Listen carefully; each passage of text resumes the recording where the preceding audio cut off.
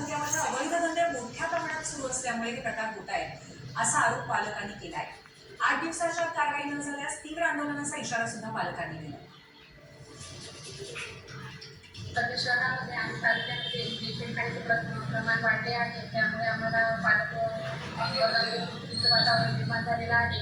मुलीच्या शाळा कॉलेजमध्ये वगैरे जातात, तर घरी सुरक्षित आल्या पाहिजे याच्यासाठी आम्हाला खूप भीती वाटते, कारण की प्रमाण वाढलेलं आहे जास्त छेडखानी प्रकरण वगैरे, आणि शहरामध्ये गाड्या ज्यामध्ये आहे, त्यामुळे पोलीस प्रशासनाने यावर अशा आरोपीवर अंकुश लावले पाहिजे। जोडजोडीने अक्षरशः शहरात तालुक्यातील मुलींची छेड काढलेली आहे।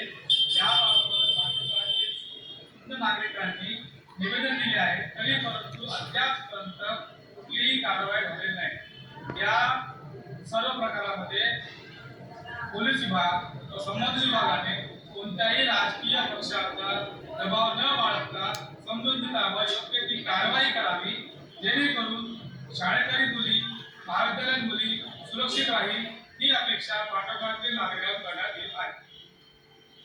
यावर समजदार महाराष्ट्रामध्ये मी इथे थांबते। पुढचे अपडेट्स घेऊन